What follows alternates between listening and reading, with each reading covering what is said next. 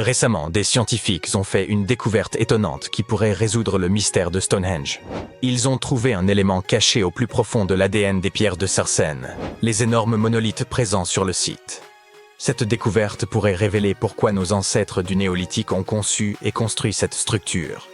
Depuis des années, les scientifiques se creusent la tête pour savoir d'où viennent les énormes pierres de Sarsène. Pendant longtemps, ils ont cru qu'elles provenaient d'une carrière située à 25 km du site, connue sous le nom de Marlborough Downs. Sur ce site, ils ont trouvé des minéraux similaires à ceux qui composent les pierres de Sarsène. Mais en réalité, les choses sont plus complexes qu'on ne le pensait. Notre compréhension de la construction de Stonehenge est en constante évolution. Les scientifiques doivent littéralement remonter le temps pour percer ces mystères. D'où viennent les pierres? Comment ont-elles été transportées? Pourquoi le site a-t-il été construit? Le site de Stonehenge, situé dans la plaine de Salisbury en Angleterre, est constitué de deux grands types de pierres. Il y a les pierres de Sarsène, très lourdes, et les pierres bleues, plus petites et plus légères. Les pierres de Sarsène pèsent chacune environ 25 tonnes. Cela équivaut à 3 éléphants d'Afrique. La pierre de Sarsène la plus lourde, appelée Heelstone, pèse à elle seule 30 tonnes.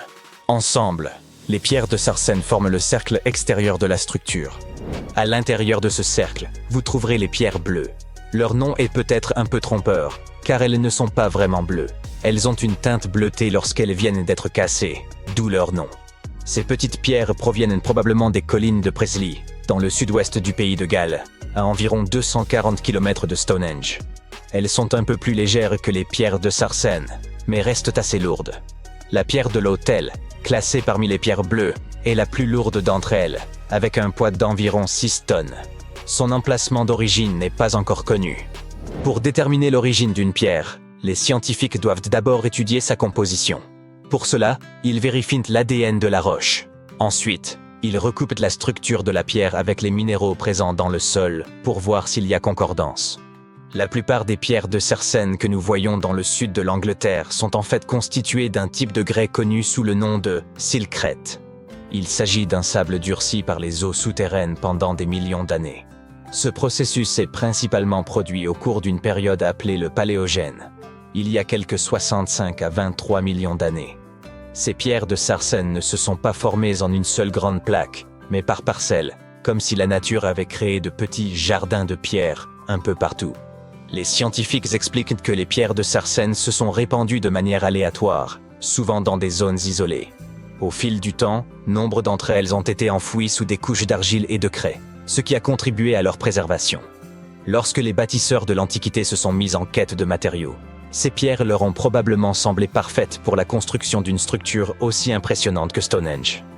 En fait, on a utilisé des pierres de Sarsène dans toutes sortes d'ouvrages, des villas romaines aux églises médiévales en passant par les bordures de routes et les murs de culture. On pourrait dire que ces pierres étaient le matériau de prédilection des bâtisseurs de l'Antiquité et qu'elles ont continué à être populaires même à l'époque moderne.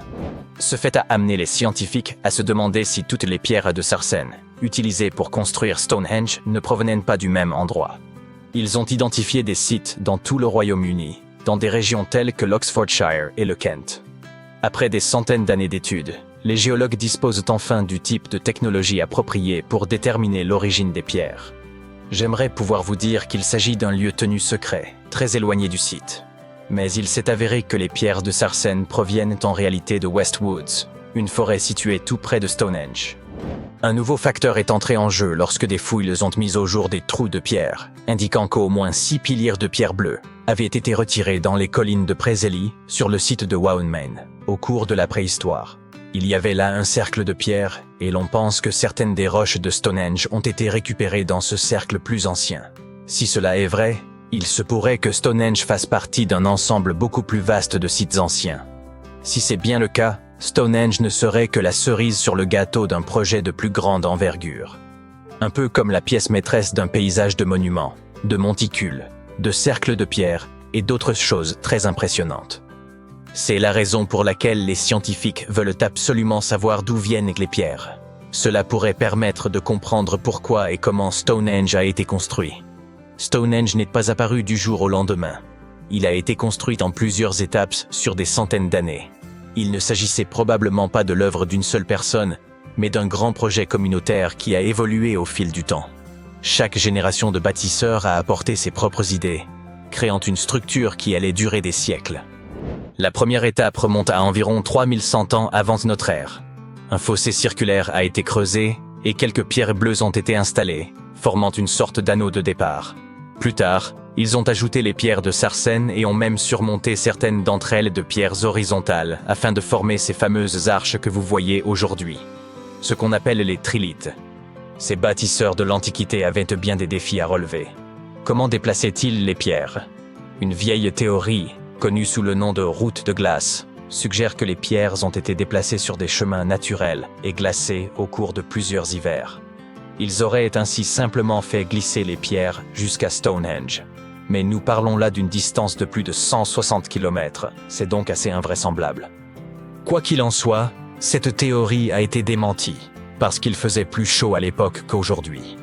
Il y a aussi la théorie de la rivière. Les pierres auraient été transportées par voie d'eau depuis leur lieu d'extraction jusqu'au site. Mais les pierres de sarcène sont beaucoup trop lourdes pour cela. Cette théorie a donc également été abandonnée. En clair, personne ne sait comment les pierres ont été déplacées. Les recherches menées à Stonehenge ont dévoilé un autre élément scientifique intéressant. Un récent examen au laser des pierres a révélé les différentes méthodes de travail utilisées et montré que certaines parties du monument étaient plus soigneusement ouvragées que d'autres. En particulier, le côté nord-est et les faces internes des trilithes centraux ont été minutieusement taillés. Pour information, un trilithe est une structure composée de 3 pierres. 2 énormes monolithes sont surmontés d'un troisième qui les relie entre eux. En grec, ce mot signifie simplement « qui a 3 pierres ». Quoi qu'il en soit, la grande question, et la raison pour laquelle Stonehenge est si célèbre, est de savoir pourquoi il a été construit en premier lieu. Les théories vont bon train, et certaines semblent tout droit sorties d'une série de science-fiction. Voici un bref aperçu des idées les plus populaires. Il y a bien sûr la théorie du calendrier solaire. Elle suppose que les pierres sont alignées sur les mouvements du soleil, en particulier lors des solstices d'été et d'hiver. Lors du solstice d'été, le soleil se lève à gauche de la Hillstone, la seule pierre à l'extérieur du cercle principal, éclairant ainsi l'ensemble du monument. Certains disent qu'il s'agit là d'une espèce de calendrier antique permettant de marquer les jours les plus longs et les plus courts de l'année. Certains archéologues pensent que Stonehenge pourrait avoir été un ancien site de guérison. Des morceaux de pierre bleue portent des traces de burin, probablement faites par des gens qui croyaient qu'elles pouvaient guérir des maladies. Selon une théorie, les gens venaient à Stonehenge de tous les coins du pays dans l'espoir d'y trouver un remède à leurs maux. Certains pensent que Stonehenge était un lieu très populaire, un endroit où les gens se rassemblaient. Certaines preuves suggèrent que des communautés très éloignées les unes des autres se retrouvaient à Stonehenge pour des célébrations, des festins et des cérémonies. Un examen des ossements trouvés à proximité montre que les gens parcouraient parfois des centaines de kilomètres pour se rassembler sur ce site. 500 ans avant la première pierre de Stonehenge, quelqu'un observait déjà le lever du soleil au jour le plus long de l'année, grâce à une construction conçue pour le suivre. Cette construction vient d'être déterrée et elle pourrait bouleverser tout ce que nous pensions savoir sur les origines de Stonehenge. On imaginait Stonehenge apparu de nulle part, comme si les anciens Britanniques avaient soudain traîné d'énormes pierres pour former un cercle. Mais si l'histoire avait commencé autrement? Et si Stonehenge n'était pas le début, mais le dernier chapitre d'une histoire commencée 5 siècles plus tôt? C'est précisément ce que pensent désormais les archéologues, et leurs indices sont stupéfiants. À 5 km de Stonehenge, près de Bulford, une équipe a découvert quelque chose de très simple. 2 trous suspects dans le sol. Pas un cercle de pierre ni des monolithes, mais 2 fosses espacées d'environ 120 mètres. Et c'est là que ça devient intéressant. Elles contenaient jadis d'immenses poteaux en bois, depuis longtemps décomposés. En reconstituant leur position exacte par rapport au Soleil, les chercheurs ont fait une découverte remarquable. Les poteaux visaient exactement le soleil levant au solstice d'été et couchant au solstice d'hiver. Cette orientation vous semble familière? C'est normal. Stonehenge reproduit exactement le même alignement solaire des siècles plus tard. Grâce à la datation au carbone 14, qui mesure la désintégration du carbone dans la matière organique, les scientifiques ont établi que ces poteaux avaient été plantés il y a environ 5000 ans. Soit 500 ans avant les pierres emblématiques de Stonehenge. Autrement dit, on suivait déjà le Soleil, avec une incroyable précision. Un demi-millénaire avant le monument actuel. Les archéologues parlent de l'une des découvertes majeures de leur carrière. Non seulement pour ce qu'elle révèle, mais surtout pour son ancienneté. Jusqu'ici, notre vision de l'astronomie solaire en Grande-Bretagne reposait presque entièrement sur Stonehenge et quelques monuments contemporains. Cette découverte repousse nettement la chronologie. L'obsession du Soleil aurait commencé bien plus tôt. Et le site ne se limitait pas à 2 poteaux dans un champ vide. Les archéologues y ont trouvé des fragments de poterie, des os, du charbon et des silex travaillés. Preuve de rassemblements réguliers, sans doute lors de fêtes saisonnières liées au solstice. Parmi ces objets figurait un couteau rare en forme de disque. Il aurait été déposé volontairement, peut-être pour symboliser le soleil. Imaginez, il y a 5000 ans, des gens se réunissaient exactement ici pour marquer le cycle des saisons, avec un objet solaire au cœur d'un possible rituel.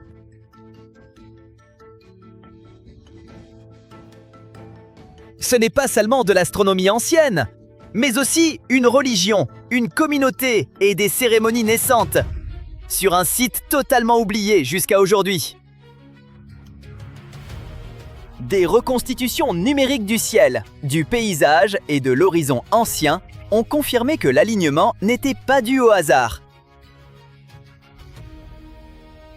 Pour l'équipe, cette découverte change entièrement notre manière de voir Stonehenge. Ce n'était pas un monument isolé apparu de nulle part, mais l'aboutissement d'une longue relation entre les premières communautés, leur territoire et le ciel. Précisons que l'étude complète n'a pas encore été publiée dans une revue et que tous les spécialistes n'ont donc pas pu l'examiner. Des experts extérieurs jugent la découverte passionnante, tout en rappelant que le tableau reste incomplet. Alors, pourquoi est-ce si important ?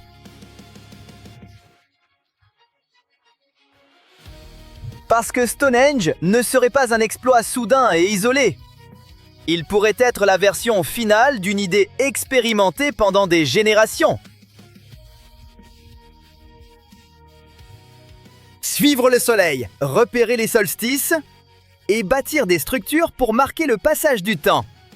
Le cercle de pierre actuel serait simplement l'évolution monumentale d'une tradition bien plus ancienne, plus simple et moins célèbre. Et comme si ce mystère ne suffisait pas, les scientifiques ont percé un autre secret de Stonehenge, lié à l'une de ses pierres les plus grandes et les plus étranges. Au centre se trouve la pierre d'autel, une dalle de grès verdâtre d'environ 5 mètres sur 1, pesant près de 6 tonnes. Elle est aujourd'hui partiellement enfouie sous 2 autres pierres tombées. Pendant des décennies, les géologues pensaient connaître son origine exacte. Une région précise du sud-est du pays de Galles. Cette certitude vient de voler en éclats. Des scientifiques ont analysé la composition chimique de minuscules grains minéraux présents dans des fragments de la pierre d'autel. En mesurant l'âge de ces minéraux microscopiques, ils ont établi une sorte d'empreinte chimique, propre au véritable lieu d'origine de la roche. Certains grains avaient entre 1 et 2 milliards d'années, tandis que d'autres, dans la même pierre, n'en avaient que 450 millions. Cette combinaison ne correspond pas du tout au socle rocheux gallois. Elle correspond aux roches du bassin des Orcades, dans le nord-est de l'Écosse, à environ 750 km de Stonehenge.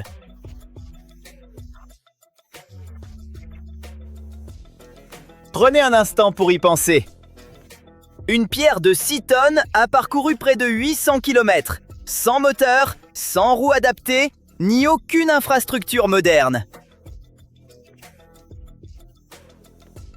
Et tout cela s'est produit il y a environ 4600 ans. Alors, comment a-t-elle bien pu arriver jusque-là? Elle aurait voyagé par bateau.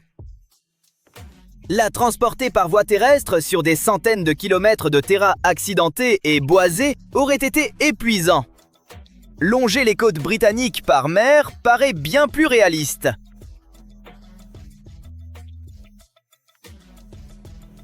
Si cette théorie se confirme, ces communautés néolithiques possédaient des réseaux d'échange, de vraies compétences de navigation et une organisation sociale bien plus avancée qu'on ne le pensait.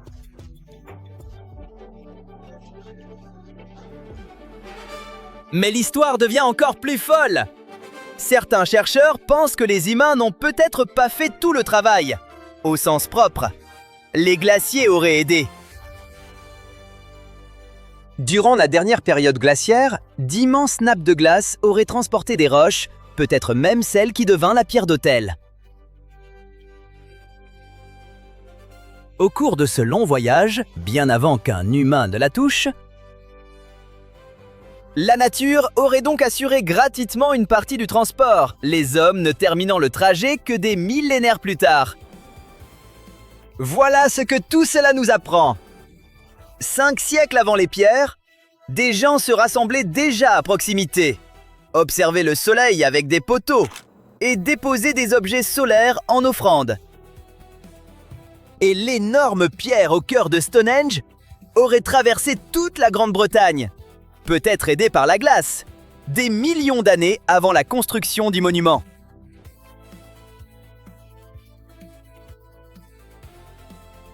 Stonehenge a toujours été présenté comme un mystère isolé. Mais plus les chercheurs creusent, au sens propre, plus il devient clair qu'il ne s'agit pas d'un instant figé. C'est le résultat de siècles de curiosité pour le ciel, les saisons et le soleil, nourris d'idées et de traditions bien antérieures aux pierres que nous connaissons.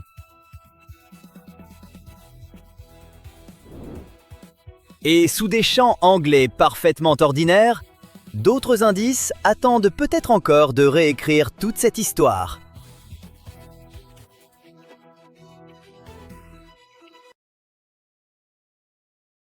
Stonehenge n'était pas un sanctuaire mystique permettant de voyager à travers le temps. Il fut en réalité édifié dans l'espoir de façonner un avenir différent. De récentes recherches ont révélé que ce monument aurait probablement été conçu comme un moyen de rassembler les Bretons insulaires durant une période de division. L'élément central de cette hypothèse repose sur la pierre de l'autel, la plus emblématique du site.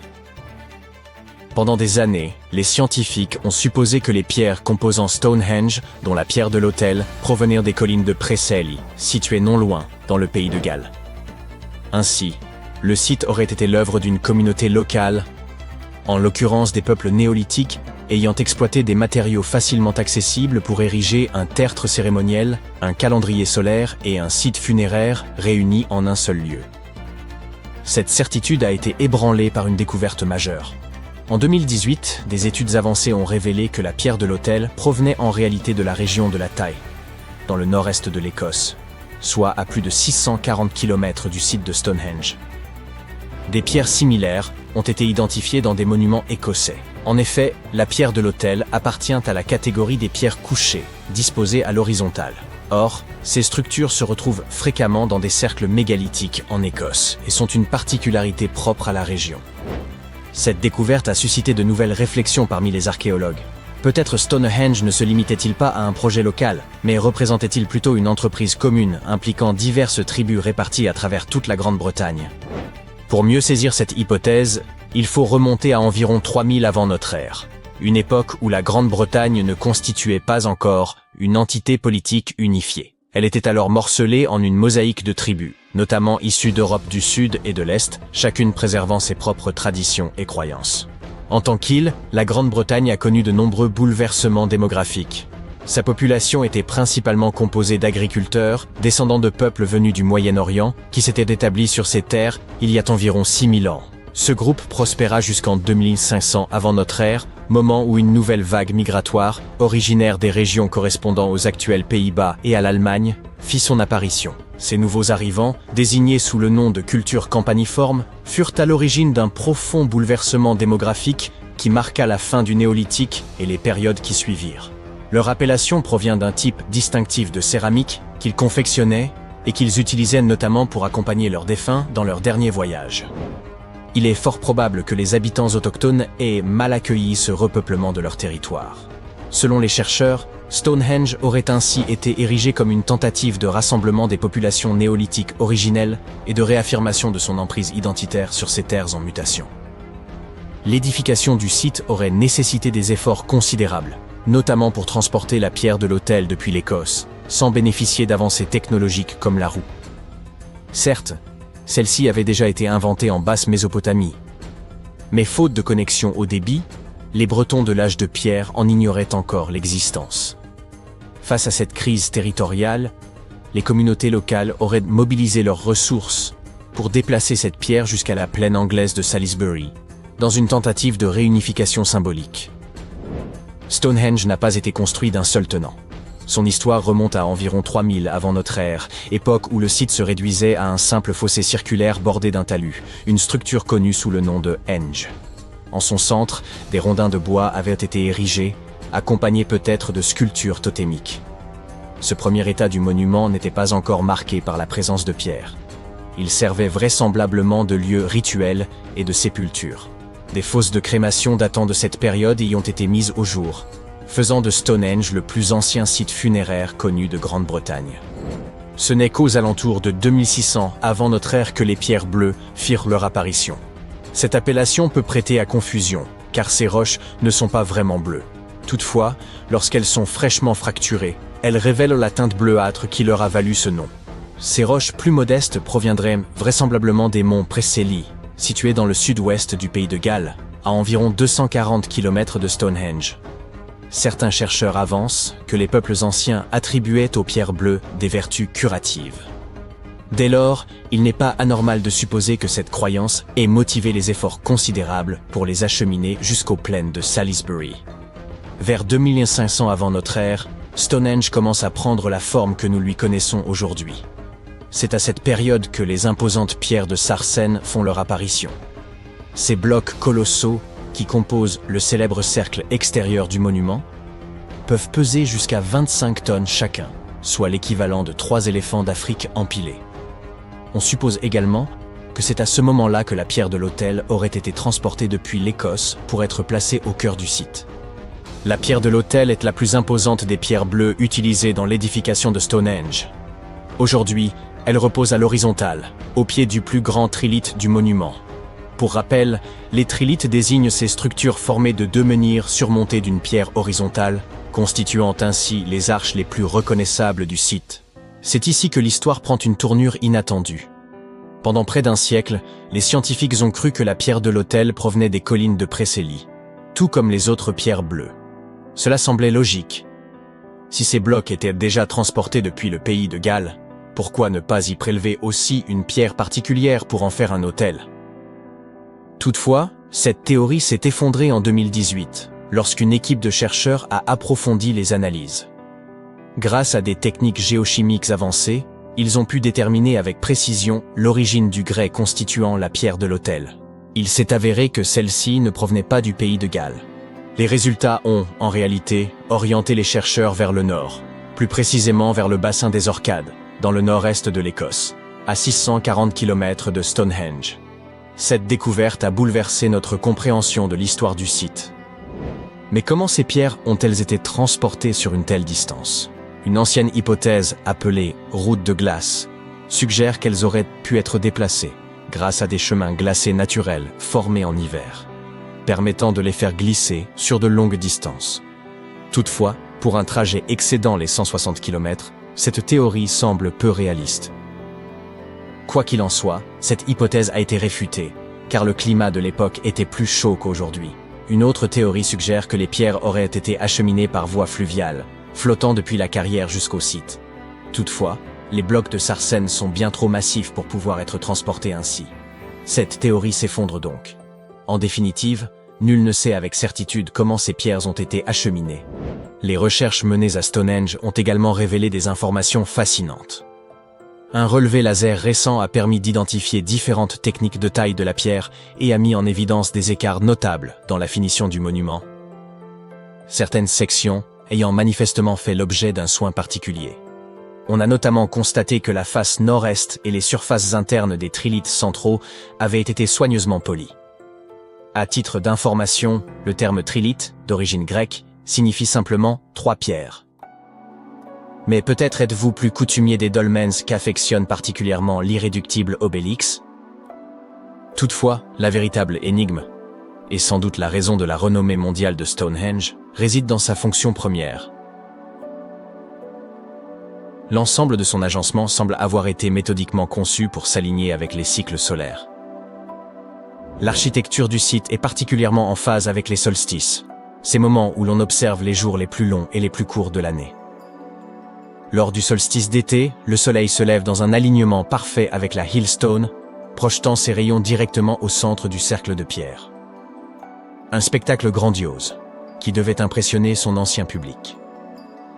C'est toutefois le solstice d'hiver qui semble avoir un lien privilégié avec la pierre de l'autel.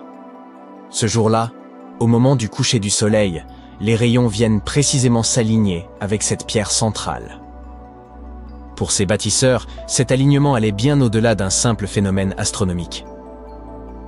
Il portait sans doute une signification spirituelle et ancestrale profonde. La pierre de l'autel, baignée par la lumière du couchant, pouvait être perçue comme un passage entre les mondes.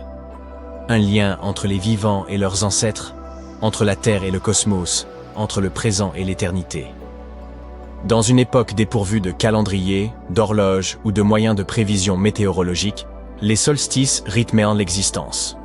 Ils régissaient les cycles agricoles autant que les rites spirituels. Ainsi, Stonehenge n'était pas seulement une prouesse architecturale, mais peut-être aussi une manière de préserver et d'honorer un héritage ancestral au sein d'un monde en perpétuelle transformation.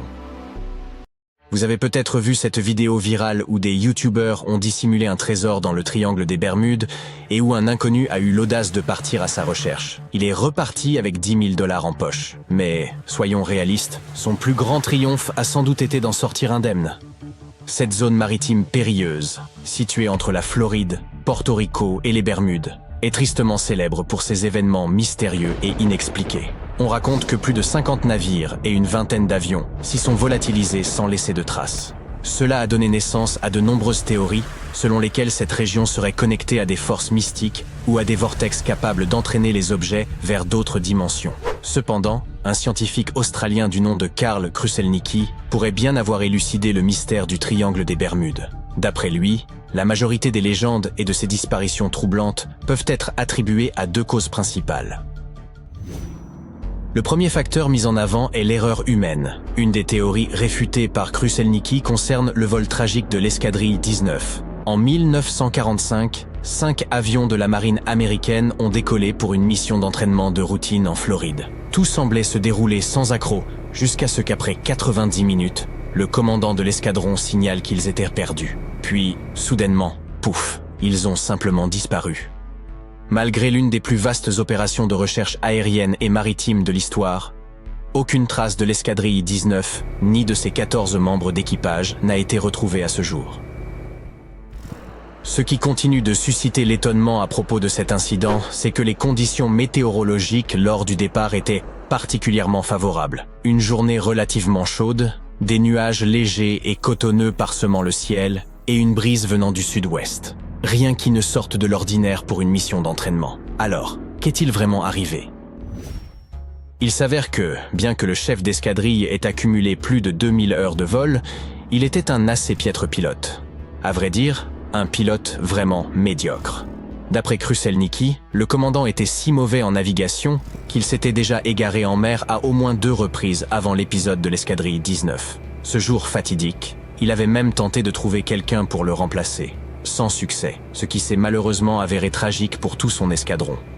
Après avoir mené à bien leur exercice de vol, les 2 boussoles de bord ont subitement cessé de fonctionner. Sur la fréquence radio de la patrouille, sa voix angoissée affirmait qu'ils survolèrent des terres. Plus précisément, il était persuadé de se trouver au-dessus des quais de Floride. Pourtant, cela défiait toute logique. Moins d'1 heure avant, il avait survolé, comme prévu, les hauts fonds de Henson Chicken aux Bahamas. Mais il était à présent convaincu que son avion avait inexplicablement dérivé sur plusieurs centaines de kilomètres pour atteindre les quais de Floride. Une erreur monumentale.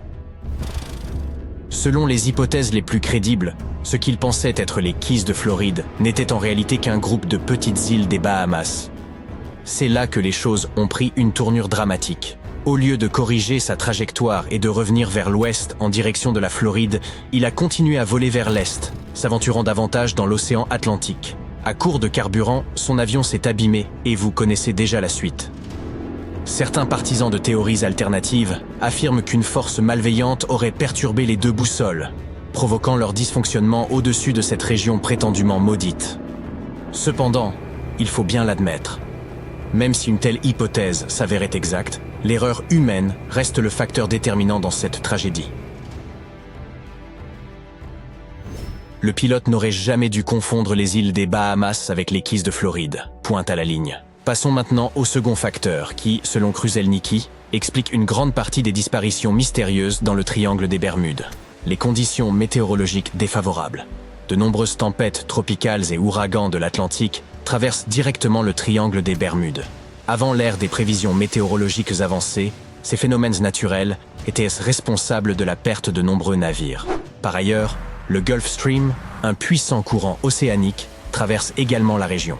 Ce courant peut provoquer des changements météorologiques soudains et parfois spectaculaires. En y réfléchissant, ces facteurs naturels suffisent à expliquer une grande partie, voire la majorité, des disparitions signalées. Prenons l'exemple de l'USS Cyclops. En 1918, ce cargo imposant de 150 mètres et transportant environ 11 000 tonnes de manganèse a disparu sans laisser de traces. Il effectuait une traversée entre les Antilles et Baltimore avec 309 personnes à bord. Ce qui rend cette disparition encore plus troublante, c'est qu'aucun signal de détresse n'a été émis. Plus de 100 ans après les faits, le mystère reste entier. Aucune épave n'a jamais été retrouvée. Évidemment, cette disparition a donné lieu à toutes sortes de théories. L'une des hypothèses les plus répandues était qu'il aurait été pris dans une tempête soudaine et violente. Avec son lourd chargement de manganèse, le navire aurait pu chavirer et couler en un temps record. D'autres spéculent sur des phénomènes sous-marins, tels que des glissements de terrain ou une vague scélérate. Quand on y pense, cette hypothèse n'est pas si farfelue. D'après Kruselniki, le triangle des Bermudes n'est pas seulement une zone sujette aux intempéries. Il illustre également la puissance brute de l'océan. Le fond marin y atteint des profondeurs impressionnantes, près de 9000 mètres, soit l'équivalent inversé du mont Everest. Une telle profondeur rend l'océan particulièrement apte à dissimuler des objets, transformant cette région en un lieu idéal pour des disparitions mystérieuses de navires et d'avions. Notre expert indique qu'il existe une très faible probabilité que des phénomènes encore plus inhabituels se produisent sous les vagues du triangle des Bermudes, en lien avec l'hydrate de méthane. Ce terme désigne un composé semblable à de la glace qui se forme sous l'eau ou dans des environnements très froids, avec du méthane gazeux piégé à l'intérieur. Parfois, ces structures peuvent se désagréger, libérant des bulles à la surface. Et cette remontée de bulles peut s'avérer fatale, tout du moins pour les navires. Des expériences menées sur des modèles réduits de bateaux ont démontré que lorsqu'un volume important de bulles remonte à la surface, la densité de l'eau diminue, ce qui compromet la capacité d'un navire à flotter. Si ces bulles couvrent rapidement une large zone, le bateau peut perdre sa flottabilité, le faisant chavirer ou couler. Cela dit, la probabilité qu'un tel scénario se produise reste extrêmement faible. En fin de compte, l'erreur humaine et les conditions météorologiques défavorables sont probablement les 2 facteurs principaux derrière les mystères attribués à cette mer prétendument maléfique. Mais en réalité, le triangle des Bermudes n'a rien d'extraordinaire. Bien que cette région ait une renommée considérable, il n'existe aucune carte officielle délimitant clairement ses frontières et affirmant « Voici, précisément où se situe le triangle des Bermudes. C'est d'ailleurs l'une des raisons du problème. Des disparitions ou événements inexpliqués survenant bien au-delà de cette zone sont souvent associés à tort au triangle, comme ce fut le cas pour le Mary Celeste. En 1872, ce navire a été retrouvé parfaitement intact, mais sans trace de son capitaine, de sa famille, ni de son équipage. Face à ce mystère, beaucoup ont évoqué l'idée d'un vaisseau fantôme lié au triangle des Bermudes. Cependant, un détail ne concorde pas. Le Mary Celeste avait été abandonné à environ 650 km à l'est des Açores, soit dans une zone complètement différente de l'Atlantique. À ce stade, le fameux triangle s'est transformé en trapèze pour inclure une immense portion de l'Atlantique Nord. Ce que nous voulons dire, c'est qu'une fois que les gens commencent à croire en l'existence d'une zone dangereuse, le biais de confirmation s'installe. Pour autant, la réalité est que le triangle des Bermudes est traversé quotidiennement par un trafic maritime et aérien considérable. Et d'après les experts, le pourcentage d'incidents qui s'y produisent serait globalement similaire à celui observé ailleurs dans le monde. Certaines années, ce chiffre peut être légèrement plus élevé, d'autres fois plus bas, mais en moyenne, il reste constant. Avec cette perspective, il semble qu'il soit temps de laisser derrière nous ces théories extravagantes autour du triangle des Bermudes. Du moins, jusqu'à ce que la prochaine disparition étrange ne se produise. Il existe une ouverture énigmatique en plein cœur de l'Antarctique.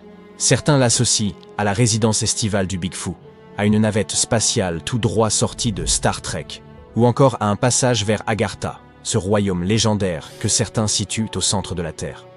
Les scientifiques ont réfuté toutes ces spéculations romanesques et ont précisé que cette porte mystérieuse se trouvait dans une étendue de banquise côtière. Jointive au rivage, elle est entourée de petites îles et de hauts fonds. Lorsque la glace s'écoule autour de formations rocheuses enfouies sous la surface, elle peut générer des motifs intrigants mais parfaitement naturels.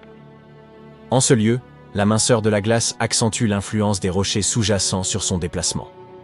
De plus, les vents glacés de l'Antarctique sculptent la neige et la glace, formant des lignes et des reliefs qui peuvent prêter à confusion. Cette fameuse porte n'est en réalité qu'une crête rocheuse mise au jour par une fonte partielle de la glace. Son sommet correspond à l'extrémité d'un affleurement rocheux, tandis que ses parois ne sont que des traces de neige façonnées par des vents violents soufflant dans une direction constante.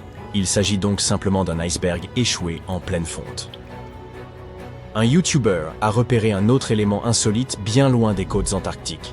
Un navire de glace de 120 mètres de long, à plus de 240 km en mer.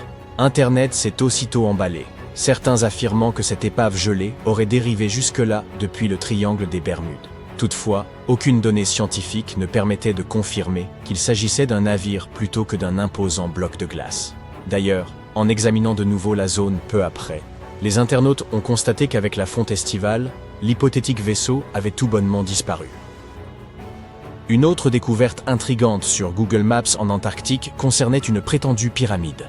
Avant que vous n'imaginiez un scénario fascinant impliquant les anciens Égyptiens et une base secrète enfouie sous la glace, il convient de préciser qu'il ne s'agissait en réalité que d'une montagne. Elle appartient à la plus haute chaîne du continent, les monts Ellsworth, qui s'étendent sur près de 400 km. Ce n'est d'ailleurs pas la première formation rocheuse à avoir été comparée à une pyramide. Au cours de l'expédition antarctique britannique, des explorateurs avaient déjà identifié une pareille montagne et l'avaient baptisée la pyramide.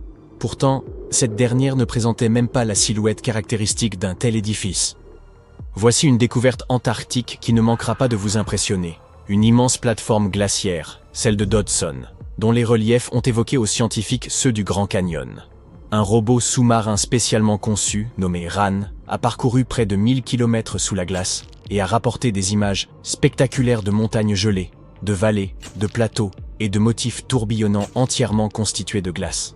Parmi les éléments les plus surprenants relevés par RAN figuraient d'énormes cavités en forme de cuvette, atteignant parfois 300 mètres de longueur. Malheureusement, les chercheurs ont fini par perdre la trace du robot. Ils supposent que des phoques de Weddell, intrigués par l'engin, auraient pu le heurter et provoquer son immobilisation. Pour préserver son énergie, RAN aurait alors cessé toute activité, rendant toute récupération impossible. L'équipe espère toutefois concevoir un nouvel appareil afin de poursuivre l'exploration de ce canyon gelé et d'observer l'évolution des motifs formés au fil du temps. Un autre canyon colossal a été mis au jour en Antarctique grâce au mauvais temps. Une équipe de spécialistes en acoustique, contrainte de suspendre ses recherches à la station Casey en raison d'une tempête, a mis à profit ce contretemps pour cartographier le fond marin aux abords du glacier Adams. C'est ainsi qu'ils ont découvert une formation impressionnante. Un canyon atteignant près de 2000 mètres de profondeur, 9000 mètres de largeur et s'étendant sur plus de 45 km depuis le glacier. Lors de cette première exploration, seule une partie du relief a pu être cartographiée avant que l'équipe ne soit contrainte de regagner la station. Toutefois, lorsqu'une nouvelle perturbation a frappé la région, le navire a repris la mer et a permis de compléter l'étude du canyon, malgré des vents violents et des vagues atteignant jusqu'à 4 mètres de hauteur. Grâce à une quinzaine d'heures de collecte de données, la carte du site a pu être finalisée. Avant leur retour en Australie, les chercheurs ont effectué un dernier arrêt pour obtenir une vision d'ensemble du canyon, dont l'analyse contribue à approfondir la compréhension de l'histoire des glaciers ainsi que des interactions entre la calotte glaciaire antarctique et l'océan. Il existe en Antarctique un lac gelé baptisé lac Enigma. Longtemps, on a cru qu'il était entièrement pris dans la glace. Mais au cours d'une expédition menée entre novembre 2019 et janvier 2020, des chercheurs ont découvert, sous son épaisse croûte glacée, une couche d'eau liquide d'environ 12 mètres de profondeur. Afin d'en percer les mystères, ils ont foré la glace et envoyé une caméra explorer ses profondeurs cachées. L'eau du lac, qui proviendrait du glacier voisin par un passage souterrain encore inconnu, abritait une vie microbienne surprenante. De minuscules micro-organismes formèrent des tapis biologiques recouvrant le fond du lac, certains étant fins et hérissés, d'autres rappelant des tapis froissés ou même de petites structures arborescentes pouvant atteindre 40 cm. Un grand nombre de ces microbes étaient capables de produire leur propre énergie par photosynthèse, à l'instar des plantes, ce qui conférait au lac une concentration élevée en oxygène. L'une des découvertes les plus remarquables fut l'identification d'une espèce bactérienne généralement présente dans des environnements pauvres en oxygène. Le lac Enigma pourrait ainsi présenter des similitudes avec les conditions régnant sur certaines lunes glacées comme Europe ou Encelade, suggérant que ces astres pourraient également renfermer de l'eau sous leur surface gelée, et, peut-être, une vie microbienne. Une autre découverte en Antarctique concerne de minuscules fragments d'ambre retrouvés dans des roches argileuses. Une première sur ce continent. Les scientifiques ont mis plusieurs années à analyser les fossiles exceptionnellement bien conservés de racines, de pollen et de spores découverts dès 2017. La présence d'ambre constitue une preuve irréfutable qu'une forêt dense et verdoyante composé d'arbres produisant de la résine, prospérait jadis en Antarctique. Ce paysage luxuriant s'étendait à proximité du pôle sud durant le Crétacé moyen, il y a environ 83 à 92 millions d'années. À cette époque reculée, rassurez-vous, je n'y étais pas, ces arbres devaient endurer plusieurs mois d'obscurité au cours des longs hivers antarctiques. Selon les chercheurs, ils y parvenaient en adoptant une phase de dormance prolongée. Les morceaux d'ambre exhumés, bien que de taille modeste, arborent de magnifiques teintes jaunes et orangées. Leur surface bosselée révèle la manière dont la résine s'est écoulée des arbres, probablement pour se prémunir des insectes. Cette substance a pu traverser les âges grâce à une immersion rapide qui l'a préservée de l'exposition à l'air et à la lumière. Un scientifique examinait des images satellites à la recherche des traînées brunes laissées par les déjections des manchots, lorsqu'il a identifié 4 nouvelles colonies de manchots empereurs aux confins du globe. Il est probable que ces colonies existent depuis plusieurs années déjà, bien que 3 d'entre elles soient relativement petites, chacune comptant moins d'1 millier d'individus reproducteurs. L'une des colonies récemment découvertes se situe non loin de la plateforme de glace de Lazarev, où une colonie plus importante existait autrefois. Les chercheurs pensaient que celle-ci avait disparu en 2019, mais il semblerait que les manchots aient simplement migré légèrement en réponse aux variations de la banquise. L'étude de ces populations pourrait donc permettre de mieux comprendre la manière dont les manchots empereurs s'adaptent aux changements environnementaux. Il y a 40 millions d'années, un immense réseau fluvial traversait l'Antarctique.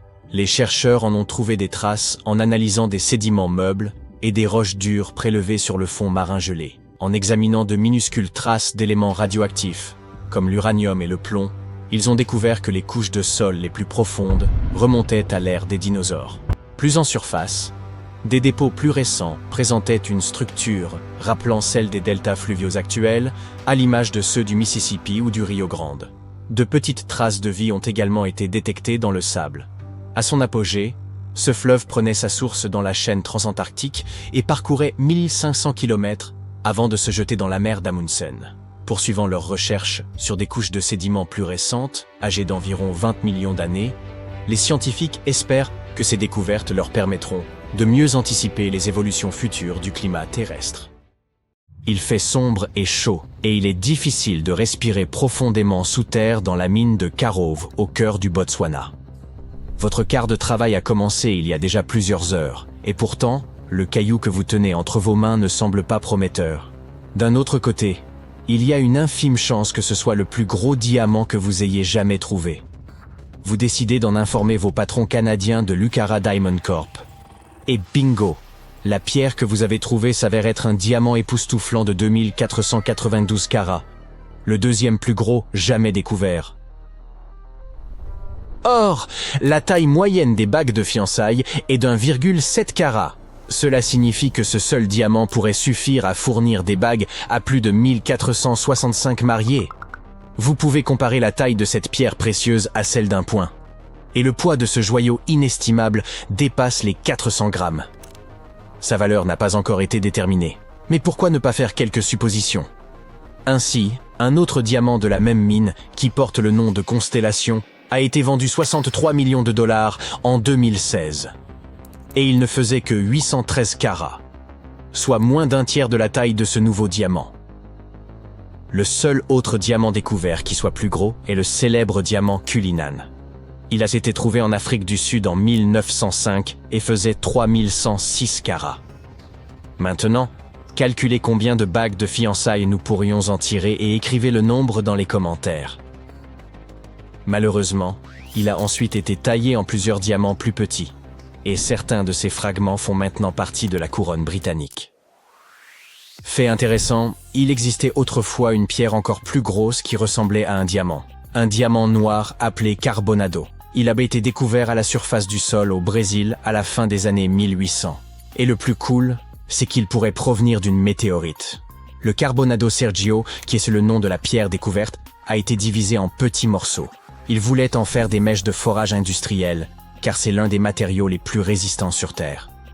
Ce nouveau diamant a en fait été trouvé à l'aide d'une technologie de pointe. L'entreprise a utilisé un appareil à rayon X appelé Mega Diamond Recovery X-Ray Transmission pour détecter la pierre. Ce n'est pas le premier diamant record que Lucara a trouvé dans la mine de Karowe.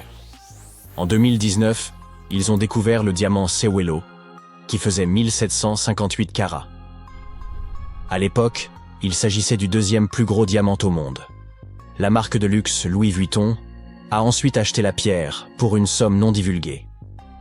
Et avant cela, en 2015, ils ont trouvé le diamant Lesedi Larona dans la même mine. Il faisait 1109 carats et a rapporté 53 millions de dollars à l'entreprise en 2017.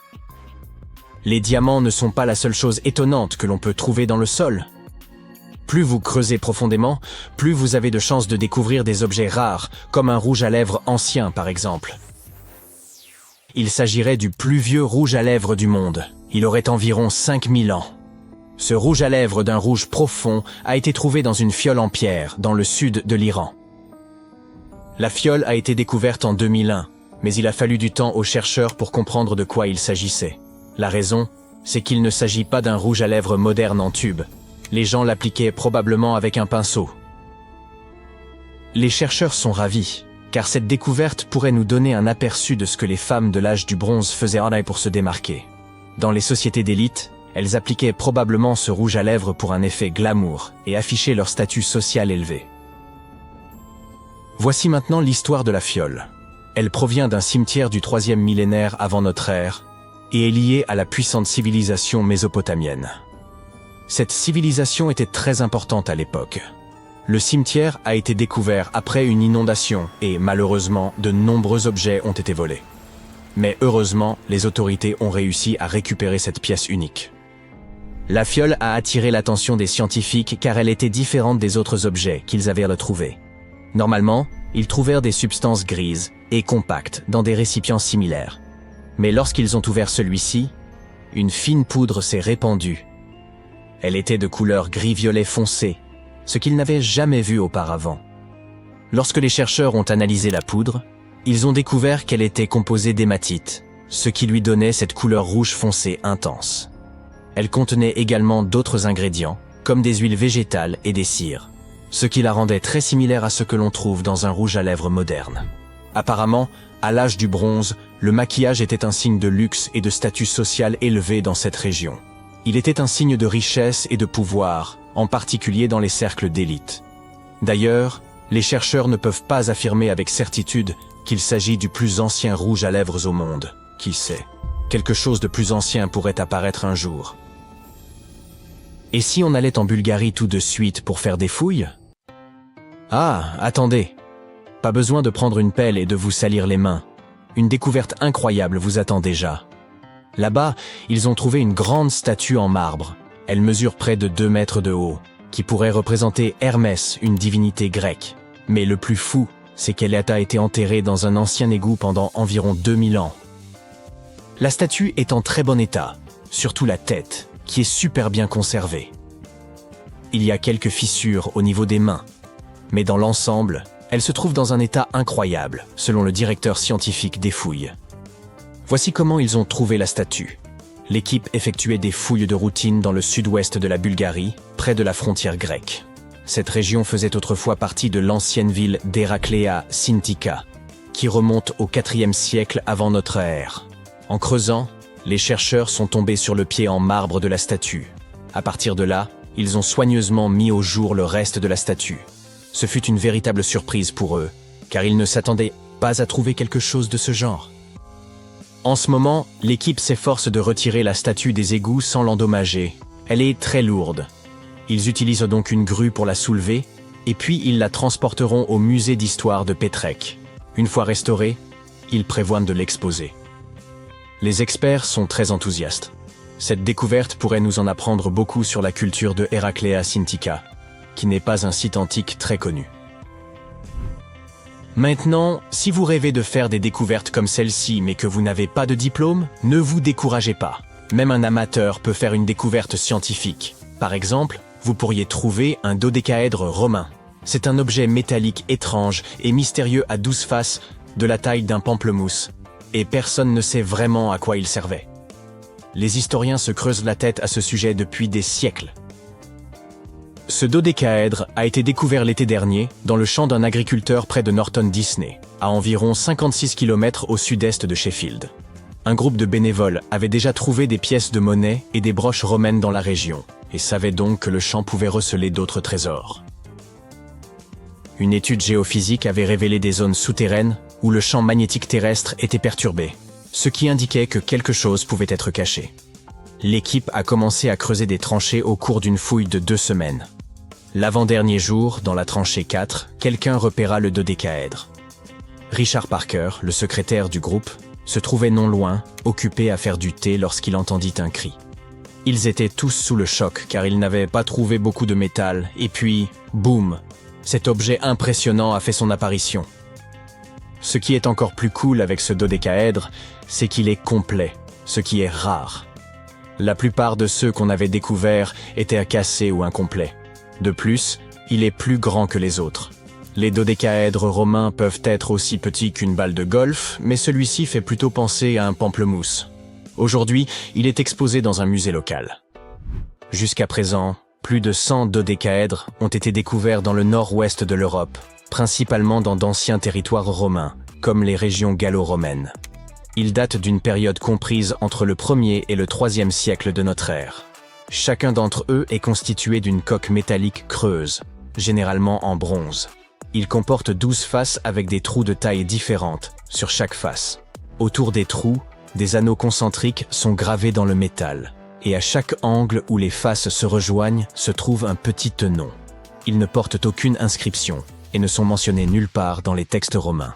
C'est pourquoi personne ne sait à quoi servaient ces dodécaèdres. Il existe de nombreuses théories. Il pouvait s'agir de jouets, de dés, de têtes de massue, ou même d'outils de mesure des distances dans l'artillerie romaine. Certains pensent même qu'on s'en servait pour tricoter des gants, ou même pour calculer les dates à l'aide des étoiles. Mais la plupart de ces idées ne sont pas vraiment fondées. Le mystère reste donc entier. Pendant plus de 3000 ans, le masque d'or du pharaon Toutankhamon est resté caché dans la vallée des rois. Cet artefact, qui mesure environ 54 cm de haut, témoigne de l'habileté et de l'art des anciens Égyptiens. Mais personne ne s'attendait à ce que les rayons X révèlent son plus grand secret. Le roi Toutankhamon a été le dernier souverain de sa famille au cours de la 18e dynastie. Il est monté sur le trône à l'âge de 9 ans, mais n'a régné que 10 ans avant de s'éteindre inopinément. Pour être honnête, dans l'Égypte ancienne, il a été oublié par les souverains qui lui ont succédé. Son tombeau n'était pas très important pour eux, à tel point que même les pilleurs de tombes l'ont oublié. Cela peut sembler un peu triste, mais en réalité, c'est une excellente nouvelle pour nous. Comme son tombeau était pratiquement oublié, il a fini par être parfaitement préservé. Alors que les autres tombes de la vallée des rois ont été pillées, la sienne est restée scellée et intacte. Ainsi, lorsqu'elle a été découverte en 1922, elle contenait plus de 5000 objets précieux. Cela a fait de Toutankhamon une célébrité instantanée et l'un des pharaons les plus connus de notre époque. Parmi ces trésors se trouvait la pièce la plus étonnante, son masque d'or. Ce masque est censé être l'image exacte du visage du roi, ou du moins était-il censé l'être, mais nous y reviendrons plus tard. Le but de cette représentation exacte de son visage était de s'assurer que son âme le reconnaîtrait dans l'au-delà et reviendrait dans son corps momifié. Selon les anciennes croyances égyptiennes, cela lui permettrait de continuer à vivre dans l'au-delà. Le masque semblait avoir été incroyablement difficile à réaliser, mais sa réelle complexité n'a été révélée que bien des années plus tard. Les premières radiographies du masque ont été réalisées en 1967. À l'époque, ces scans étaient menés principalement motivés par des raisons pratiques. La conservation. Le masque partait pour une exposition à Paris. C'était la première fois qu'il quittait l'Égypte. Ces images permettraient de constater les éventuels changements survenus au cours de l'exposition. En outre, elles pouvaient donner des indications sur la manière dont le masque avait été fabriqué. Mais à l'époque, on ne se rendait sans doute pas bien compte de la complexité de sa construction. Les orfèvres égyptiens n'utilisaient pas les techniques de soudure modernes. Alors, comment ont-ils fabriqué ce masque ? De nouvelles radiographies effectuées en 2007 nous ont apporté quelques réponses. Il s'avère que les Égyptiens n'utilisaient pas d'or pur, qui est de 24 carats. Le masque était en fait réalisé en or 23 carats, c'est-à-dire mélangé à un autre matériau. Les spécialistes ont ainsi découvert que ces feuilles d'or contenaient une petite quantité de cuivre, un métal rouge-brun. Cette opération visait probablement à rendre le matériau plus souple et plus facile à façonner. Il modelait ensuite les feuilles d'or en les chauffant et en les martelant à plusieurs reprises. Mais le masque renferme un autre secret qui n'a été découvert qu'en 2015. L'année précédente, le personnel du musée égyptien du Caire préparait l'exposition du masque lorsque sa longue barbe fut accidentellement arrachée. Selon un autre scénario, la barbe se serait détachée au fil du temps et serait tombée toute seule. Quoi qu'il en soit, le fait que la barbe du roi Toutankhamon se soit détachée a causé beaucoup de tension. Après tout, il s'agit de l'une des plus grandes attractions touristiques du Caire, et les experts devaient donc régler le problème très rapidement. Le processus de restauration a commencé par un relevé détaillé de l'état du masque. Pour ce faire, ils ont dû effectuer un scan tridimensionnel complet de l'artefact. Et par hasard, ils ont trouvé quelque chose de très intéressant à l'intérieur. Dans la barbe royale se trouve un tube en or, une structure intrigante que les Égyptiens ont probablement utilisée pour attacher la barbe au reste du masque. Cela prouve une fois de plus que le processus de fabrication de ce masque était encore plus complexe que ne le pensaient les experts. Mais les mystères ne s'arrêtent pas là. Vous vous souvenez que nous avons dit que le masque était censé représenter parfaitement le visage du roi Toutankhamon ? Ce n'est peut-être pas tout à fait vrai. Certaines théories populaires suggèrent que le masque n'a jamais été conçu pour lui, et qu'il a été fabriqué pour quelqu'un d'autre. Une étude publiée en 2015 suggère qu'il aurait initialement été confectionné pour une femme pharaon, sa belle-mère supposée, la célèbre et magnifique reine égyptienne Néfertiti. L'indice le plus probant provient d'une inscription sur le masque. À première vue, elle semble bien se référer à Toutankhamon, mais après un examen approfondi, les chercheurs ont remarqué que quelque chose d'autre avait été écrit sous le nom du roi. Le cachet du nom royal semble avoir été modifié. À l'origine, il portait une inscription que l'on a traduite par « Reine Néfertiti ». Une autre caractéristique du masque d'or de Toutankhamon, passé inaperçu pendant des années, ajoute encore au mystère. Comme nous l'avons déjà mentionné, Les experts pensent que les pharaons qui lui ont succédé ne le respectaient pas beaucoup. Les oreilles percées sur le masque sont l'un des indices qui ont amené les archéologues à cette conclusion. Certains chercheurs pensent que le roi Toutankhamon n'aurait pas porté de boucle d'oreille après son enfance. Ainsi, selon leur théorie, lorsqu'il est décédé à l'âge de 18 ans, il n'aurait pas dû être représenté avec les oreilles percées. Cela pourrait également confirmer l'idée que le masque appartenait à l'origine à Néfertiti, ou peut-être à quelqu'un qui n'était même pas lié au roi Toutankhamon. Mais le masque n'est pas la seule source de mystère. En fait, sa tombe entière est truffée d'énigmes. Récemment, des historiens ont découvert un indice indiquant que l'endroit où le roi Toutankhamon était censé être enterré avait été changé à la dernière minute. Pendant des années, les experts se sont demandé pourquoi un pharaon qui a régné pendant 9 ans avait fini dans une tombe aussi simple. Comparé à la grandeur des tombes d'autres pharaons, sa tombe semble un peu ordinaire. L'idée qu'un roi comme Toutankhamon puisse avoir un lieu de repos aussi banal ne correspond pas au pouvoir et à l'importance qu'il devait avoir dans l'Égypte ancienne. Alors, que s'est-il passé? Apparemment, cela pourrait avoir un rapport avec son successeur, le pharaon Haï. Après la mort du roi Toutankhamon, les chercheurs pensent que Haï a fait en sorte de l'effacer de l'histoire de l'Égypte. Une théorie suggère donc qu'il est probablement à l'origine de la décision rapide de placer le corps du roi Toutankhamon dans une tombe plus petite et moins impressionnante. Lorsque les experts ont examiné la tombe d'Haï, ils ont trouvé quelque chose d'intéressant. Un grand mur recouvert de peintures représentant des babouins. Il s'agit du même type d'œuvre d'art que celle que l'on trouve dans la tombe de Toutankhamon. Il semble que ce soit la même personne qui ait choisi les œuvres d'art pour les deux tombes. La conception et la décoration des deux tombes sont presque identiques, ce qui suggère qu'une main commune les a réalisées. Mais il y a une différence essentielle. La tombe d'Haï est digne d'un roi. Elle est beaucoup plus grande et plus somptueuse, même si le style et les œuvres d'art sont similaires à ceux du tombeau de Toutankhamon. Cette théorie suggère donc qu'Haï aurait décidé du contenu des deux sépultures. Comme Toutankhamon est décédé subitement à un jeune âge, son grand tombeau n'a pas été achevé à temps. Habituellement, les pharaons entreprenaient la construction de leur tombe de leur vivant, afin de s'assurer que tout soit parfait.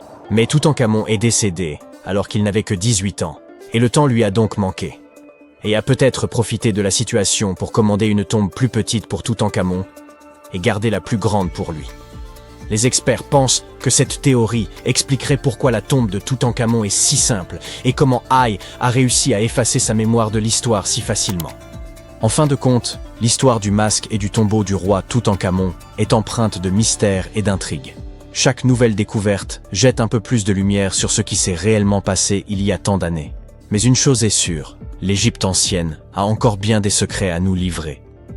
Et le roi Toutankhamon continuera de fasciner les hommes dans les années à venir. Si quelqu'un invente enfin le voyage dans le temps et que vous vous rendez dans le passé, vous ne reconnaîtrez pas la plupart des choses que vous connaissez et aimez aujourd'hui. La Statue de la Liberté et les pyramides d'Égypte, certains gadgets de base comme la télécommande et votre ordinateur portable, et même le maïs que vous mangez au déjeuner ont tous changé au point d'être méconnaissables. Lorsque les pyramides ont été construites en Égypte ancienne, à Gizeh et dans d'autres lieux, elles n'avaient pas du tout cet aspect brun sablonneux. Elles étaient recouvertes de calcaire blanc. Quand on les regardait sous le soleil brûlant d'Afrique, on était obligé de détourner le regard tant elles étaient lisses et brillantes. Les bâtisseurs utilisèrent environ 6 millions de tonnes de calcaire pour la seule grande pyramide de Gizeh. C'est la plus grande de celles qui sont encore debout. Les souverains locaux étaient plutôt économes et ils réutilisèrent certaines des pierres de revêtement pour d'autres projets de construction. Un tremblement de terre massif survenu au XIVe siècle détacha également une partie des pierres.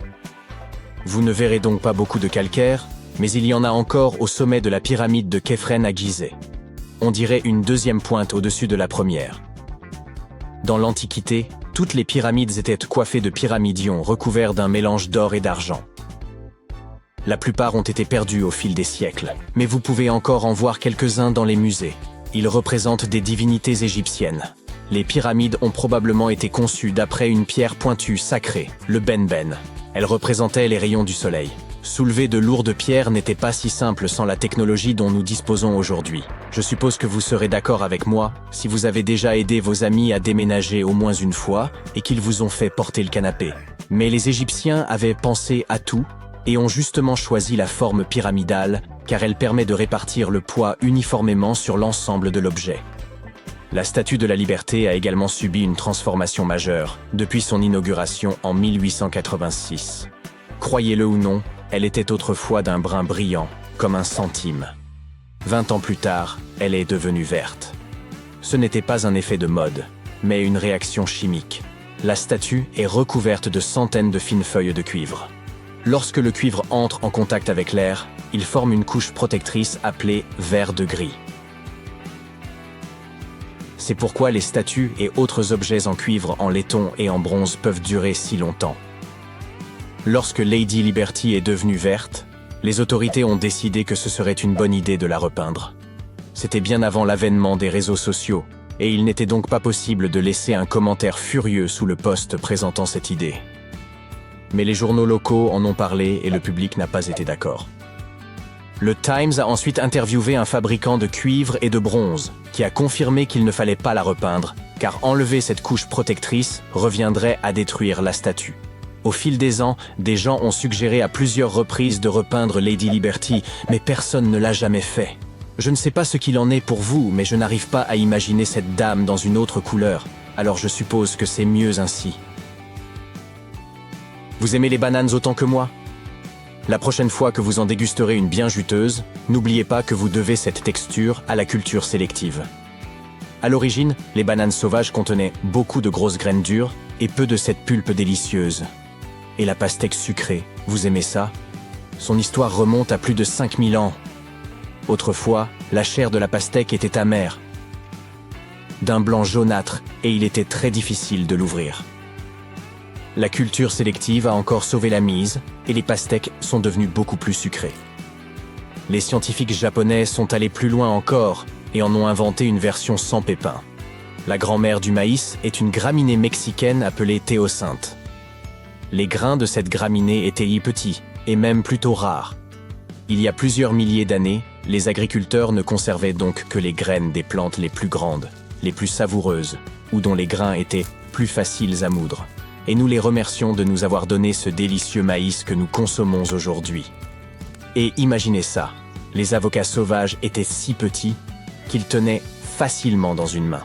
Leur noyau était si gros qu'il n'y avait pas grand-chose à manger. Et leur coque était également beaucoup plus dure que celle des avocats modernes auxquels nous sommes habitués. Vous ne pourriez probablement pas accomplir beaucoup de travail aujourd'hui sans votre précieux ordinateur, mais je ne peux pas vous dire exactement à qui vous devriez dire merci pour cette invention. L'ABC de 1942 est l'un des prétendants au titre de premier ordinateur. C'est l'acronyme d'Atanasoff Berry Computer, nommé d'après ses inventeurs de l'Université d'État de l'Iowa. L'ABC pesait plus de 320 kg. Oui, le vôtre est certainement beaucoup plus léger. Cette machine était composée d'environ 300 tubes à vide et possédait un tambour rotatif un peu plus grand qu'un pot de peinture sur lequel se trouvaient de petits condensateurs. Un condensateur est un gadget capable de stocker une charge électrique, comme une batterie. L'ABC pouvait résoudre des problèmes comportant jusqu'à 29 variables différentes, ce qui permettait aux scientifiques de gagner du temps. Comme les ordinateurs modernes, il utilisait un système binaire, des 1 et des 0, pour représenter tous les nombres et toutes les données. Grâce à ça, il est devenu possible d'effectuer des calculs électroniquement. Et maintenant, écoutez un peu ça. L'ABC effectuait une opération toutes les 15 secondes environ. À titre de comparaison, un ordinateur fait aujourd'hui des millions d'opérations par seconde. Contrairement à la technologie que nous utilisons de nos jours, l'ABC n'avait pas de programme enregistré modifiable. Un programme ne pouvait donc effectuer qu'une seule tâche à la fois. Un opérateur devait noter la réponse intermédiaire, puis la recomposer dans l'ordinateur. Voilà pourquoi je suis heureux de vivre au XXIe siècle. La télécommande que vous utilisez pour toutes sortes d'appareils ne date pas d'hier non plus. Nikola Tesla, qui nous a donné le courant alternatif, a conçu l'une des premières télécommandes sans fil en 1898. Il a baptisé son invention le téléautomaton, et la présenter à l'aide d'un bateau miniature contrôlé par ondes radio. Le bateau était équipé d'une petite antenne métallique. Tesla envoyait des signaux au bateau à l'aide d'une boîte munie d'un levier et d'une clé télégraphique, sa version d'une télécommande. Ces signaux mettaient en mouvement les contacts électriques du bateau et faisaient bouger le gouvernail et l'hélice. Le concept de la télécommande s'est ensuite rapidement étendu à d'autres gadgets. La première télécommande de télévision est apparue en 1950. Elle a été conçue par la Zenith Radio Corporation, qui l'a baptisée Lazy Bone. Ça veut dire « gros paresseux ». La Lazy Bone était dotée d'un énorme câble relié au téléviseur. Ceux qui l'ont essayé ne sont pas tombés amoureux tout de suite de cette invention. Ils se prenaient les pieds dedans tout le temps. Pas très pratique, je vous l'accorde. Si vous habitez ou travaillez tout en haut d'un immeuble, cette invention est pour vous. Voici le premier ascenseur pour passagers. Il se déplaçait à la vitesse de 12 mètres par minute. Ce n'est pas très rapide, je sais, comparé au record d'aujourd'hui qui est de 12 mètres par seconde. Mais bon, il date de 1857 et a été construit à New York. Il s'agissait plus d'une attraction touristique que d'une nécessité. L'ascenseur fonctionnait à l'aide d'un moteur à vapeur caché dans le sous-sol d'un bâtiment de 5 étages. Mais il fut fermé 3 ans plus tard parce que le public ne l'appréciait pas. C'est à cette époque que Curtis Tufts a déposé le premier brevet pour un chemin de fer vertical. Son invention comprenait un wagon équipé d'un banc pour que les gens puissent s'asseoir. Un endroit idéal pour se retrouver entre amis, vous ne pensez pas? Ensuite, ils ont commencé à installer des ascenseurs dans les hôtels de luxe du monde entier. Il s'agissait de véritables salles très joliment décorées, avec des sièges rembourrés, des miroirs sur les murs et parfois même un petit lustre. Un opérateur fermait la porte et la cabine commençait sa très lente ascension. On l'utilisait car c'était à la mode. Ce n'était pas très rapide. Moi, j'ai toujours préféré les escaliers. C'est étrange quand on y pense. Il y a de vieux monuments romains qui ont duré des milliers d'années, tandis que nos bâtiments modernes ont tendance à tomber très vite en ruine. Comment les Romains ont-ils réussi à créer des structures aussi solides, nombre d'entre elles avec une conception tout aussi complexe? Des recherches récentes ont montré que les Romains utilisaient un type de mortier qui dispose d'une mesure supplémentaire de protection contre les éléments. Il peut même se réparer de lui-même lorsqu'il est mouillé. Cette découverte explique non seulement pourquoi ces bâtiments sont durés des milliers d'années, mais elle pourrait aussi nous aider à fabriquer un ciment plus résistant de manière plus naturelle. Une étude récente montre que les Romains utilisaient des cendres volcaniques dans leur mélange de mortier pour le rendre plus solide, surtout lorsqu'il était proche de l'océan où l'air est plus humide et peut naturellement causer plus de dommages. De nos jours, nous fabriquons du béton à partir de sable, de roches, d'eau et d'un type spécial de ciment appelé le ciment Portland. Ce dernier est fabriqué en cuisant du calcaire, de l'argile et d'autres substances dans des fours extrêmement chauds qui atteignent plus de 70 degrés. Certes, cela crée un mélange bien homogène, mais il se fissure facilement et parfois il ne subsistait que quelques décennies. Cet incroyable béton romain présente une autre caractéristique intéressante. Il contient de petits morceaux blancs de calcaire, appelés clastes de chaux, qui demeurent à l'intérieur du béton et ne disparaissent pas avec le temps. Au début, cela peut ne pas sembler très attrayant, car il n'est pas aussi lisse que le béton que nous utilisons aujourd'hui. Et pendant de nombreuses décennies, les spécialistes ont estimé que la présence de ces petits morceaux de chaux dans le béton était néfaste en supposant qu'elle rendait les bâtiments moins résistants. Mais des chercheurs ont découvert que ces petits éclats aidaient en réalité le béton à se réparer de lui-même. J'aimerais pouvoir me réparer aussi facilement. Ils ont remarqué que lorsque le béton se lézardait, il semblait magiquement remplir ses fissures d'une substance appelée carbonate de calcium, présente dans les clastes de chaux. Les Romains fabriquèrent leur béton en mélangeant du sable, des cendres volcaniques et de la chaux brûlée, puis en ajoutant de l'eau. Cela s'appelle le mélange à chaud. Lorsque l'eau et la chaux entrent en contact, ils produisent une réaction chimique qui fait que le mélange devient très chaud, jusqu'à 90 degrés.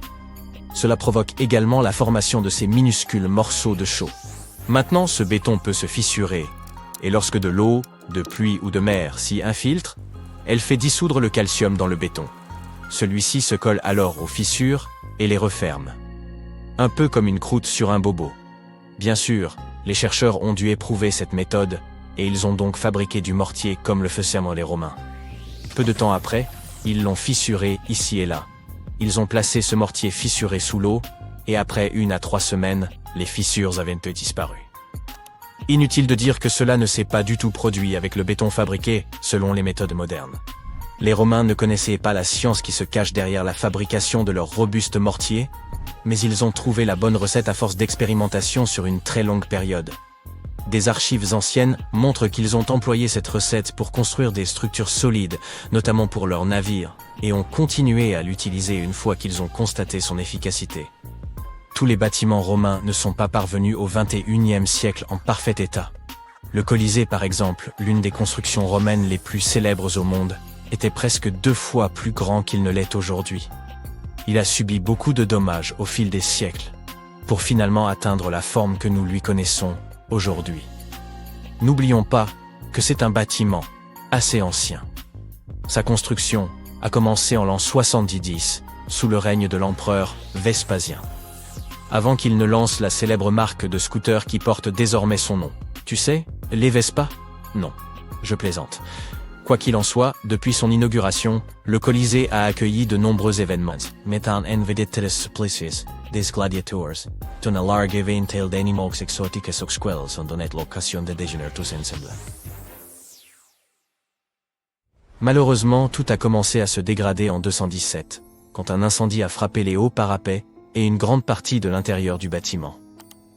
Il aura fallu tout un siècle pour terminer de réparer ces dommages.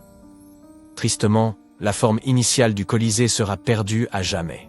Un fort tremblement de terre s'en est suivi, et ça n'a pas aidé non plus. Ce dernier s'est produit dans le sud de l'Italie en 443. À ce moment-là, une partie considérable de l'enceinte extérieure du Colisée a été endommagée. Puis bien vite, lorsque les habitants ont commencé à rencontrer des difficultés, ils ont dû compter sur la vente de morceaux de marbre de l'ancien Colisée pour s'en sortir. Un autre tremblement de terre a eu lieu en 1349, qui a porté le coup le plus dévastateur au Colisée. C'est à ce moment-là que le côté sud du bâtiment s'est totalement effondré. Il a alors commencé à ressembler davantage au bâtiment que nous pouvons aujourd'hui admirer dans la capitale italienne. Tout n'est pas si mal, cependant. Certaines pierres qui avaient été ébranlées du Colisée ont été utilisées pour reconstruire d'autres monuments célèbres de Rome. Donc, d'une certaine façon, la partie manquante du Colisée ne manque pas du tout. Elle a juste été recyclée, dans toute la ville. Un des bâtiments qui présente des morceaux de pierre de l'ancien Colisée n'est autre que le Palazzo Venezia, un musée local. En parlant de bâtiments étranges, tu as probablement déjà vu celui-ci, car c'est l'un des endroits les plus photographiés au monde. Tu peux voir en ligne des photos de personnes s'appuyant dessus, ou d'autres qui font ressembler le bâtiment à un cornet glacé. Ce célèbre monument italien est, l'as-tu deviné? Oui, la tour de Pise, et on dirait qu'elle est à 2 doigts de se répandre sur le sol. Si tu veux un jour la visiter, tu devras te rendre dans la ville italienne du même nom, près de la place des Miracles. Étrangement, ce bâtiment est plus célèbre pour son inclinaison gênante que pour son histoire ou sa fonction. En 1178, alors que la construction de la tour n'était pas encore achevée, les gens ont réalisé que le bâtiment commençait déjà à pencher, et c'était avant même qu'on ait atteint le 3e étage. Ils ont rapidement compris que ça n'avait rien à voir avec les plans du bâtiment ou les matériaux utilisés. Tout cela se produisait en raison du sol meuble et mouvant qui se trouvait sous la construction. De nos jours, nous savons que placer un bâtiment sur un sol composé d'argile, de sable fin et de sédiments n'est pas la meilleure idée. Mais à l'époque, les gens ne savaient pas comment déterminer cela avant de construire quoi que ce soit. Avançons rapidement de quelques siècles, et il est devenu clair que cette tour de 55 mètres n'est pas seulement penchée. Elle tombe, et à un rythme considérable, de 2 mm par an. Cela peut ne pas sembler beaucoup, mais multiplie ça par des centaines d'années. Et, eh bien, regarde simplement les photos et tu comprendras. Cette tour penchée instable est aujourd'hui inclinée de près de 5 mètres par rapport à son axe. Alors, pourquoi ne s'est-elle pas complètement écroulée? Eh bien, principalement à cause de la physique. Son centre de gravité continue d'être situé dans la base de la structure, donc elle est plutôt bien ancrée.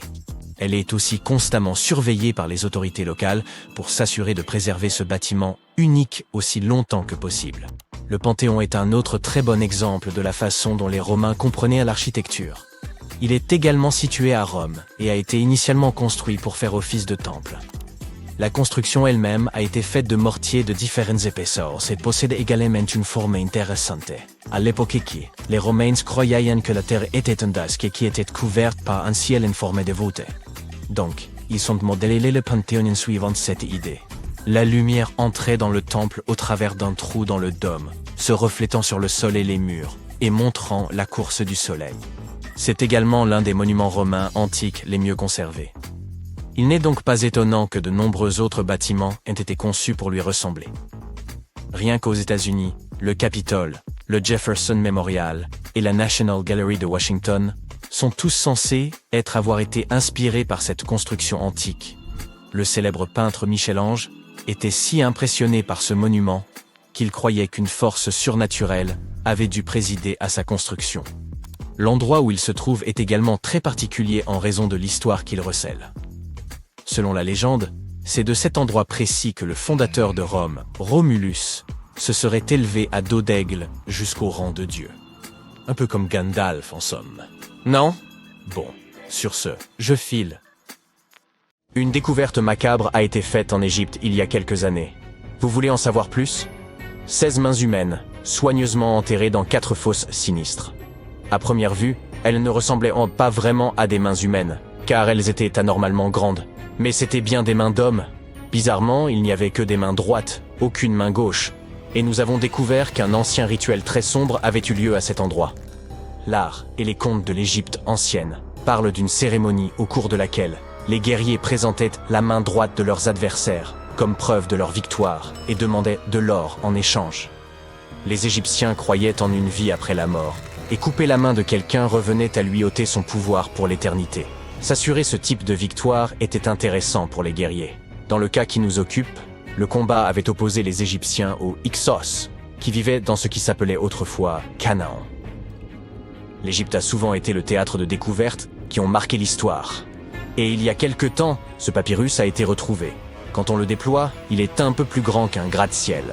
Le plus petit gratte-ciel du monde, d'accord.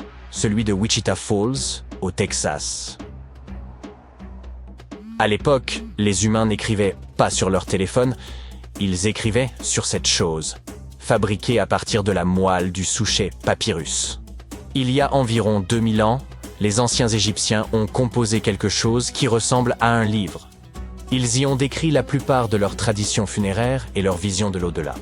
Ce manuscrit est considéré comme l'un des textes les plus importants de l'Égypte ancienne et il est encore vendu en librairie à ce jour. Il a été exhumé d'une chambre située juste au sud de la pyramide de Djeser, à Saqqara. Eh oui, Djeser est la pyramide la plus ancienne d'Égypte. Ce ne sont pas celles de Gizeh, comme le pensent la plupart des gens. Récemment, le site de Saqqara a été pris d'assaut par des archéologues super enthousiastes qui ont trouvé l'une des plus anciennes momies intactes d'Égypte. Ils pensent que cette momie bien conservée est la dépouille d'un homme fortuné. Elle a été découverte dans un puits profond, recouverte de plusieurs couches de feuilles d'or. De nombreux symboles montrent qu'il s'agissait d'un homme important et riche, comme le bandeau qu'il porte sur la tête, le bracelet sur sa poitrine et le fait qu'il ait été embaumé avec une tunique, ce qui était réservé à la fine fleur de l'Égypte. Mais le plus cool dans cette découverte, c'est que le lieu de repos était toujours scellé au mortier, soit dans l'état dans lequel les Égyptiens l'avaient laissé il y a 4300 ans. Cela peut paraître étrange, mais en 2008, des archéologues ont découvert une pyramide manquante. Elle a disparu parce qu'elle s'est tout simplement détériorée en l'espace de 4000 ans. Aujourd'hui, on ne voit plus que sa base. C'était un site très important dans l'Antiquité. On dit qu'autour de la pyramide, les anciens organisaient une cérémonie très particulière, au cours de laquelle les grands prêtres portaient les restes momifiés de taureaux sacrés. Voici un fait amusant. Les anciens Égyptiens croyaient que les taureaux étaient des incarnations terrestres de la divinité de la ville de Memphis et qu'ils étaient liés au rite de fertilité. Mais il ne s'agissait pas de n'importe quel taureau.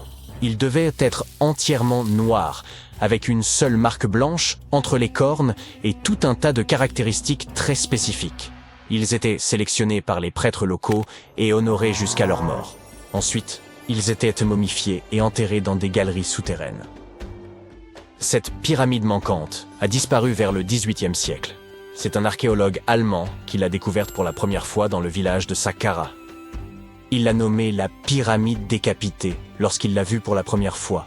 Mais des années après sa découverte officielle, le sable du désert est venu la recouvrir. On a procédé à quelques fouilles, entre le 19e et le 20e siècle, mais pas de manière systématique. C'est pourquoi les scientifiques ont été très contents le jour où ils ont déterré la base entière de la pyramide après avoir retiré le monticule de sable de 8 mètres qui la recouvrait. Et saviez-vous que des archéologues américains fouillaient un cimetière égyptien qui pourrait contenir plus d'1 million de corps momifiés? Jusqu'à présent, les archéologues ont déterré environ 1700 momies. L'une des principales différences avec les autres momies égyptiennes classiques est que ces personnes n'étaient ni des rois ni des pharaons. C'étaient des gens du peuple ayant vraisemblablement vécu il y a 1500 ans, lorsque l'Égypte était contrôlée par les empires romains et byzantins. Le nom du cimetière est intéressant, la voie du buffle d'eau, au cas où vous voudriez y jeter un coup d'œil lors de votre prochain voyage. Outre les taureaux et les buffles, les Égyptiens de l'Antiquité aimaient aussi les babouins. Y a-t-il une logique dans tout ça? Au début du XXe siècle, des archéologues ont découvert un site rempli de babouins momifiés dans un endroit appelé la vallée des singes. Un animal n'aurait pas été momifié s'il n'était pas considéré comme important. Certains animaux étaient plus importants que d'autres, car ils étaient liés à des divinités spécifiques.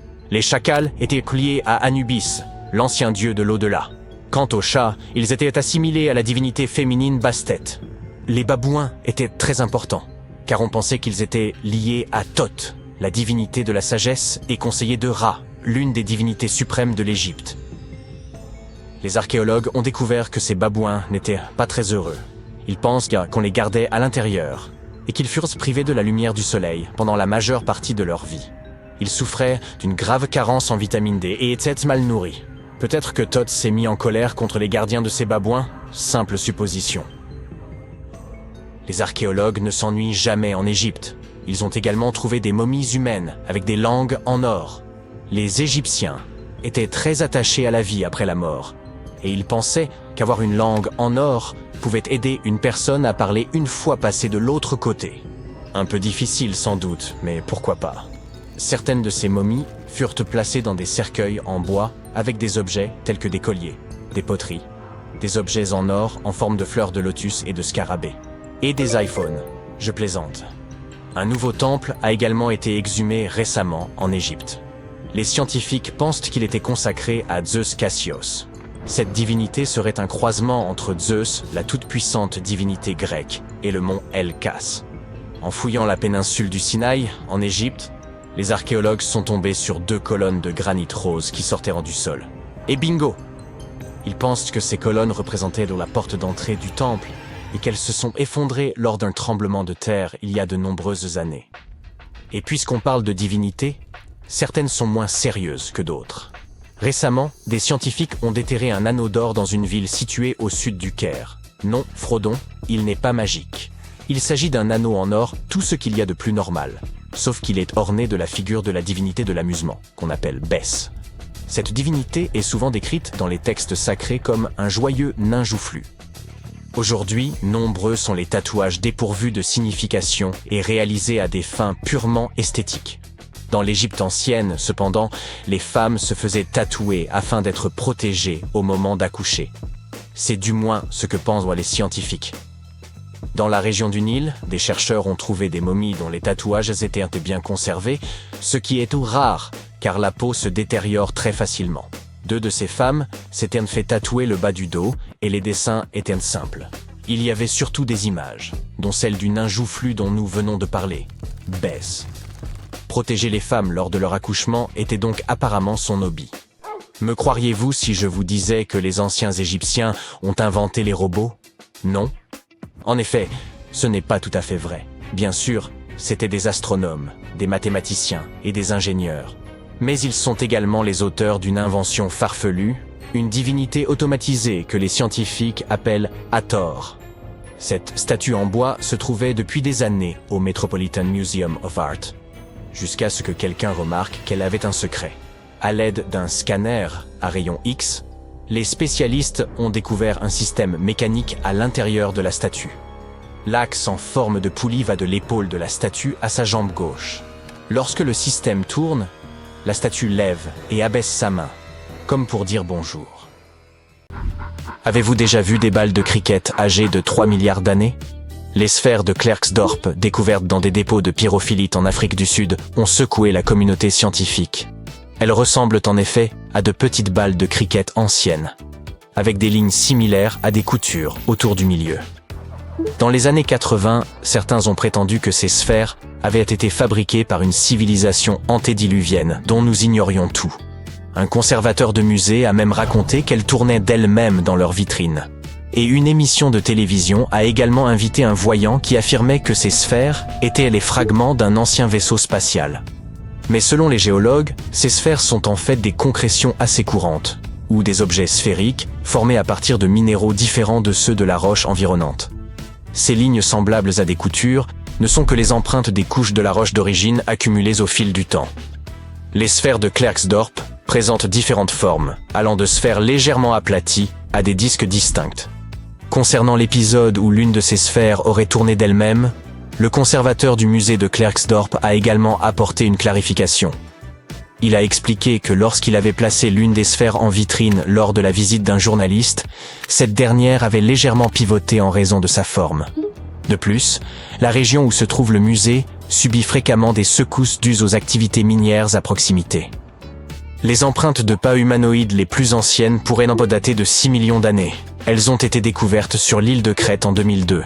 Si cette datation est correcte, cela signifierait que les ancêtres des premiers humains auraient pu migrer entre l'Europe et l'Afrique beaucoup plus tôt que nous ne le pensions auparavant. Cela ne remet pas en cause l'Afrique en tant que berceau de l'humanité, mais pourrait simplement prouver que nos ancêtres primitifs se déplaçaient déjà entre les continents. Certains chercheurs pensent que ces empreintes auraient été laissées par une créature bipède, possiblement liée à un ancêtre humain surnommé El Greco. D'après les scientifiques qui les ont étudiées, ces empreintes présentent une forme très similaire à celle de l'homme, avec 5 orteils et un gros orteil parallèle. Toutefois, certains demeurent sceptiques et suggèrent que ces empreintes appartiendraient plutôt à un singe européen tardif. Une nouvelle étude a analysé des micro-organismes marins fossilisés dans les roches sédimentaires pour dater ces empreintes et confirmer qu'elles remontent effectivement à 6 millions d'années. La prochaine découverte fascinante qui captive les scientifiques est le pot de Dorchester. Ce récipient de métal, magnifiquement façonné, est orné de motifs géométriques élaborés en argent. Découvert à Dorchester, quelle surprise, en 1852, dans des circonstances plutôt inhabituelles, le pot s'est brisé en 2 morceaux lors d'une puissante explosion. Les scientifiques pensent qu'il était à l'origine encastré dans une roche ou un bloc connu sous le nom de poudingue. La roche d'où provient le pot de Dorchester date d'environ 500 millions d'années, ce qui pourrait indiquer que le pot lui-même est tout aussi ancien. Toutefois, la théorie actuelle, et bien moins excitante, suggère que le pot de Dorchester ne serait qu'un bougeoir de l'époque victorienne. Ces objets étaient très en vogue à l'époque. Il n'est donc guère surprenant de retrouver un article aussi sophistiqué de cette période. Le pot de Dorchester appartient à la catégorie des objets manufacturés incongrus. Ce sont des objets qui semblent bien trop avancés pour l'époque à laquelle ils sont censés appartenir. Si nous acceptons que le pot ait 500 millions d'années, cela signifie que son créateur était très en avance sur son temps en termes d'artisanat et de technologie. Un mystère supplémentaire est que le pot porte la gravure d'une plante probablement disparue de la Terre il y a plus de 100 000 ans, renforçant l'hypothèse de son incroyable ancienneté. Enfin, il semble que la plus ancienne carte d'Europe soit une pierre vieille de 4000 ans. Cette dalle de l'âge du bronze, découverte en France en 1900 dans un ancien cimetière, présente des gravures représentant en 3 dimensions le réseau du fleuve Odet, et ce avec une précision remarquable d'environ 80% sur une distance de 29 km. Il existe d'autres cartes gravées dans la pierre à travers le monde, mais celle-ci est unique, car elle représente une zone spécifique à l'échelle. Les gravures de la dalle ne cartographient pas seulement les rivières et les collines, mais aussi les peuplements, les tumulus et les systèmes agraires. Les archéologues affirment que cette dalle n'était pas utilisée pour se repérer, mais plutôt pour symboliser un certain pouvoir. Les marques détaillées qui s'y trouvent aurait pu servir à représenter le domaine de la tribu dominante afin d'illustrer son contrôle sur le territoire. Lorsque leur chef a perdu le pouvoir, cette dalle a probablement été réutilisée comme partie d'une chambre funéraire. Cet artefact unique était conservé dans la cave d'un musée et pendant des décennies, il est resté inaperçu jusqu'à ce que plusieurs chercheurs, en lisant d'anciens rapports à son sujet, décident de l'examiner. Ils ont mené une analyse détaillée en utilisant des techniques 3D. Leurs recherches ont ainsi prouvé que les créateurs de cette dalle avaient non seulement gravé des lignes dans la roche, mais aussi modifié sa surface pour refléter avec une grande précision la topographie du paysage. Le cube de Salzbourg, également connu sous le nom de fer de Wolfsegg, a été découvert à la fin du XIXe siècle en Autriche. Ne vous laissez pas tromper par son nom, car il ne ressemble pas du tout à un cube. C'est plutôt un objet arrondi avec deux côtés plats. Au milieu se trouve une rainure, et sa surface est couverte de fossettes et de cratères. Cette apparence unique a conduit beaucoup de monde à penser qu'il pourrait s'agir d'un objet extraterrestre. Des ouvriers ont accidentellement découvert cet artefact en faisant éclater une veine de charbon estimée à plus de 60 millions d'années. Le cube de Salzbourg a été déplacé entre différents musées, a mystérieusement disparu au début du XXe siècle, puis a finalement réapparu. Un professeur de l'université de Bonn a suggéré qu'il pourrait provenir d'une météorite. Cependant, aucune trace d'éléments normalement présents dans les météorites, comme le cobalt ou le nickel, n'a été trouvée. Les chercheurs ont ensuite pensé qu'il pouvait s'agir d'un objet fabriqué par l'homme, un bougeoir de l'époque victorienne, qui sait. Personne ne connaît la véritable histoire de ce cube, pas plus que son emplacement actuel. Et oui, il a de nouveau disparu. Avez-vous entendu parler de l'empreinte de Meister ? Il s'agit d'une empreinte de sandales fossilisées découverte en 1968 qui a suscité énormément d'intrigues. Un trilobite se trouve à l'intérieur de l'empreinte. Or, ces créatures sont censées avoir disparu environ 500 millions d'années avant l'apparition de l'homme. Cependant, de nombreux historiens pensent que cette datation est exagérée.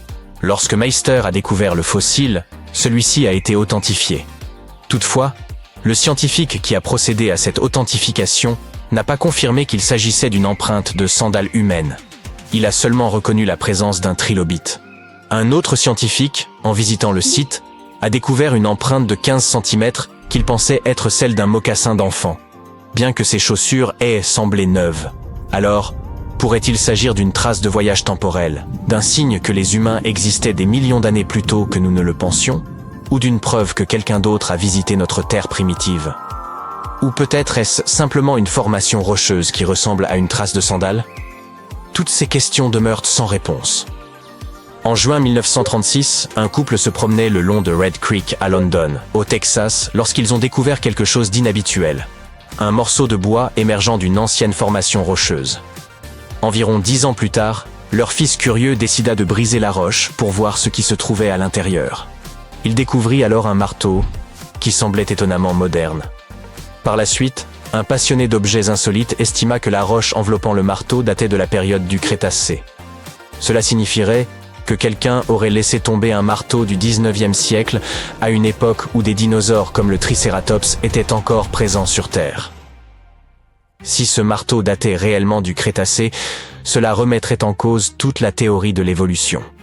Mais si ce marteau était moderne, cela signifierait que la formation rocheuse d'où il provenait était beaucoup plus récente que nous ne le pensions.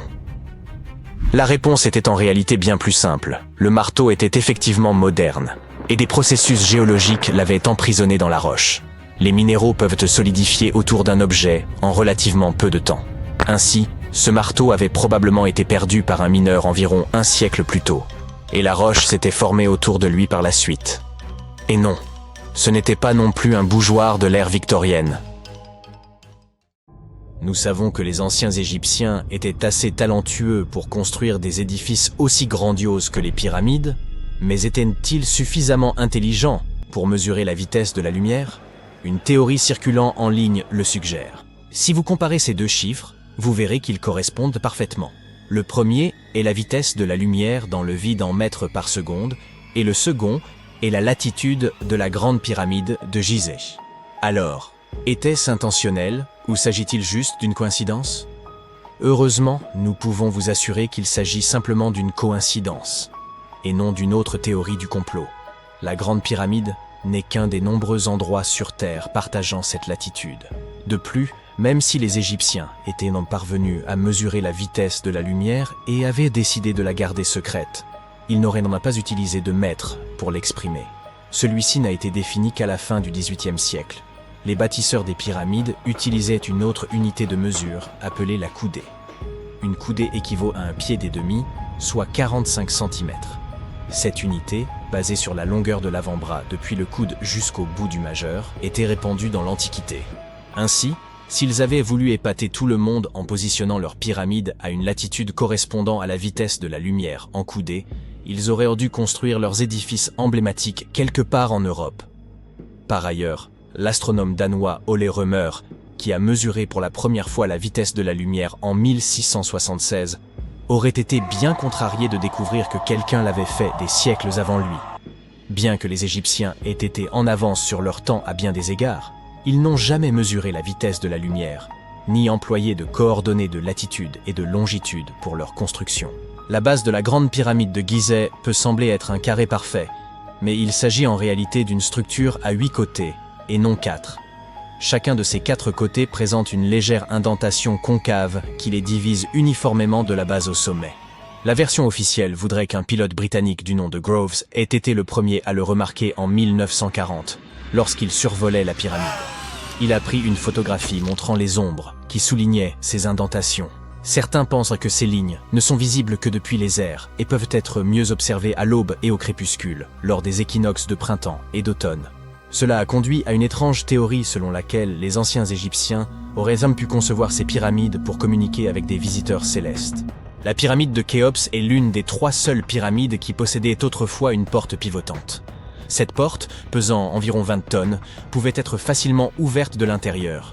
Son ajustement précis la rendait presque invisible du dehors. Sans loquet ni poignée visible, seules de très légères aspérités dans la paroi extérieure dénotaient l'ouverture. Les 2 autres pyramides avec des portes similaires appartenaient respectivement au père et au grand-père de Khéops. La grande pyramide renferme également un vide caché d'au moins 30 mètres de long, découverte en 2017. Nous ignorons encore ce qui se trouve à l'intérieur de cet espace, sa fonction exacte, ou s'il est le seul de ce type. Les chercheurs ont utilisé une technologie permettant de voir à travers les murs des cathédrales, des pyramides mayas et même des volcans, reposant sur une pluie naturelle de particules subatomiques appelées muons. Ces particules traversent plus facilement les espaces vides que les matériaux solides. En plaçant plusieurs détecteurs de muons autour d'une structure, les scientifiques peuvent cartographier ces éléments solides et ces zones vides. Une équipe a placé des détecteurs de muons à l'intérieur de la pyramide de Khéops, collectant des données au fil des mois. Les scientifiques ont analysé à de nombreuses reprises des échantillons du mortier utilisé pour construire les pyramides. Bien que nous en connaissions la composition, la technologie moderne ne peut toujours pas le reproduire. Ce mortier, principalement composé de gypse traité, n'était pas utilisé comme le ciment actuel de nos briques, mais servait à soutenir les joints entre ces pierres massives lors de leur mise en place. Environ 1 demi-million de tonnes de ce mortier auraient été nécessaires pour construire la grande pyramide de Khéops. Ce mortier fait de gypse est plus robuste que les pierres elles-mêmes et a résisté pendant des millénaires. Les 4 côtés de la pyramide de Khéops sont alignés avec les points cardinaux, nord, sud, est et ouest. Selon l'archéologue et ingénieur Glenn Dash, cet alignement est précis à 4 minutes d'arc près, soit un 1/15 de degré. Les architectes y parvenus sans outils modernes tels que des drones ou des ordinateurs. De nombreux chercheurs ont tenté d'expliquer ce prodige d'architecture. Peut-être utilisait-il l'étoile polaire ou l'ombre du soleil.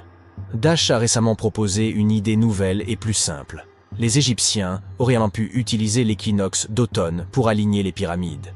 Celle-ci se produit 2 fois par an, lorsque le soleil traverse le plan équatorial terrestre, rendant le jour et la nuit presque égaux en durée. Pour éprouver sa théorie, Glenn Dash a conduit une expérience le 22 septembre 2016, premier jour de l'équinoxe d'automne. Il a utilisé une tige spéciale appelée gnomon, dont disposaient les Égyptiens pour projeter une ombre, puis il en a suivi la pointe à intervalles réguliers, formant une courbe régulière. En reliant 2 points de la courbe au moyen d'une corde tendue, il a créé une ligne presque parfaite d'est en ouest.